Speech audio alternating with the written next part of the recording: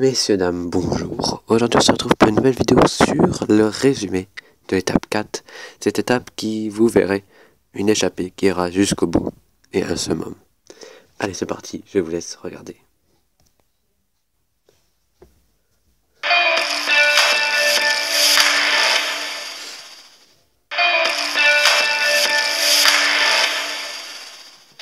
Il avait déjà remporté une victoire d'étape l'année dernière sur le Tour de France, c'était à Rodez. Cette fois, Greg Van Avermaet a fait encore plus fort. Échappé dès les premiers kilomètres, le Belge a d'abord fait la différence en compagnie de Thomas de Gendt, avant de lâcher son compatriote grâce à une attaque tranchante.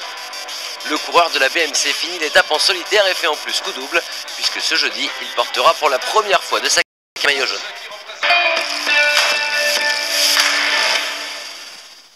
Et si hier Marcel Kittel et les sprinteurs étaient à la fête, place aujourd'hui aux choses sérieuses. La montagne arrive, certes pas encore la haute montagne, mais voici les premiers contreforts se dessiner dans cette 5e étape entre Limoges et le Lioran, longue de 216 km, avec au programme pas moins de 6 difficultés répertoriées.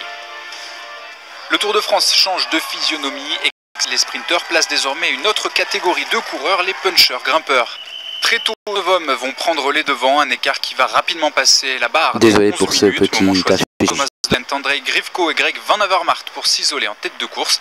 Derrière, le peloton est contrôlé par la formation Sky.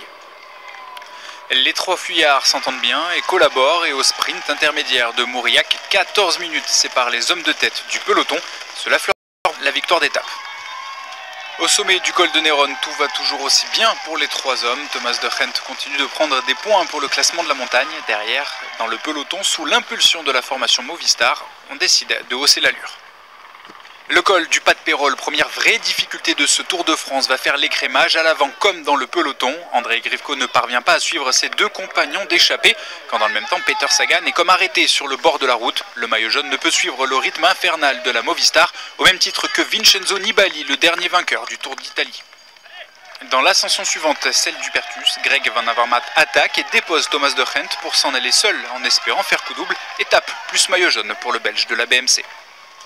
Une fin d'étape bien maîtrisée par Greg Van Avermaet qui vient lever les bras au Lioran après plus de 190 km d'échappée. Une deuxième victoire sur le Tour après celle de Rodez en 2015.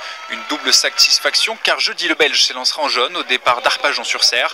Thomas de Gendt prend la deuxième place de l'étape. Dans le peloton favori, l'accélération d'Alejandro Valverde est fatale à Alberto Contador qui perd encore de précieuses secondes au classement général.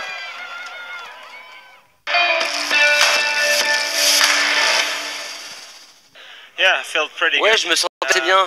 Grivko et Maïka ne roulaient pas au début. C'est pour ça que Thomas de Gendt et moi, on a bien bossé.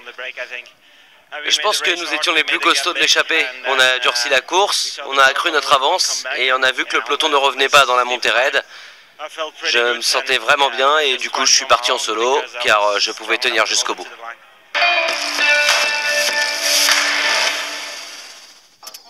Rafa Maïka prend lui la 3e place de l'étape, juste devant Joaquim Rodriguez. Julien Alaphilippe, premier français, 7e, Christopher Froome est lui 9e. Au classement général, beaucoup de changements, avec donc la prise de pouvoir de Greg Van Avermaet, avec plus de 5 minutes d'avance sur Julien Alaphilippe. Valverde est 3e, Froome et Quintana sont tout près également.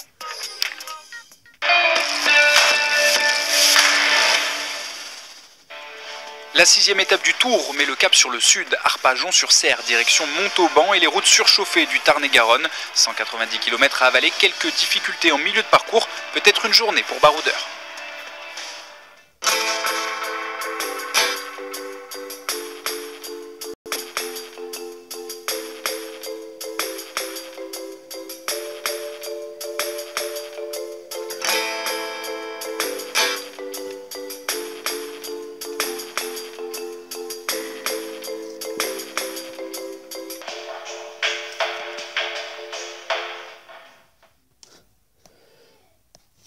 Et voilà, j'espère que ça vous aura plu. On se retrouve la prochaine fois pour une nouvelle vidéo sur donc le résumé de l'étape 6. J'espère que ça vous aura plu. Lâchez un pouce bleu. Et on se retrouve la prochaine fois pour une nouvelle vidéo. Allez, ciao, bye bye.